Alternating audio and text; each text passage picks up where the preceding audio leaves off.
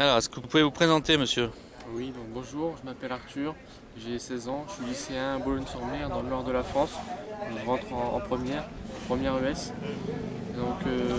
C'est pour moi c'est la troisième mission, ça fait 5 ans déjà que je suis dans le projet Vietnam. Donc cette année, pour la troisième mission, on travaille avec l'orphelinat et en parallèle avec le comité des pauvres.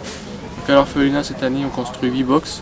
Donc 8 box c'est pour les filles, pour les plus âgées, pour qu'elles aient un peu plus d'intimité.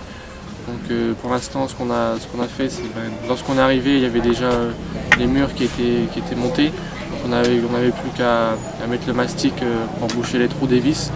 Ensuite, il nous restera à poncer et à mettre le papier peint, ainsi qu'à aménager un peu l'intérieur des box. Ensuite, avec le comité des pauvres, ce qu'on fait, c'est qu'on construit 4 maisons pour des familles vraiment pauvres qui n'ont pas d'abri. Donc on va construire des maisons en dur, parce que les maisons qu'ils ont pour l'instant sont pas vraiment très solides.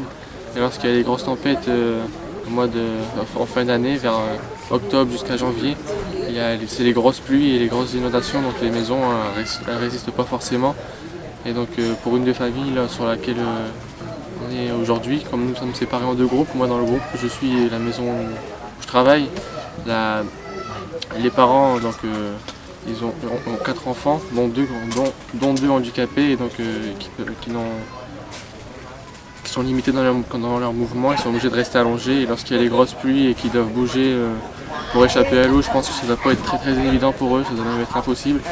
Donc s'ils peuvent avoir une maison en dur et que leur maison ne s'inonde pas et qu'elle reste sur leurs pieds, c'est vraiment bien pour eux. Ok. Donc là, tu es venu avec un nouveau groupe, c'est le troisième groupe avec qui tu viens.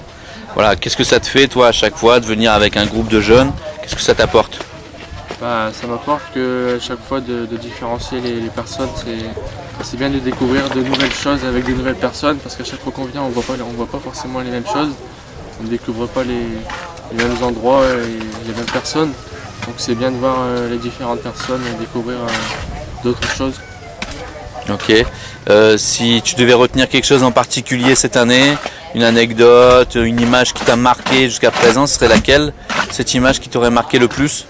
Moi, une image que je garderai certainement dans toute ma vie dans ma tête, c'est vraiment l'image où quand on arrive à l'orphelinat, toutes les filles qui sont vraiment heureuses de nous voir arriver, parce qu'on est tout le temps en train de jouer avec elles, et quand on arrive à l'orphelinat, toujours en train de crier notre prénom, et ça c'est vraiment un moment magique.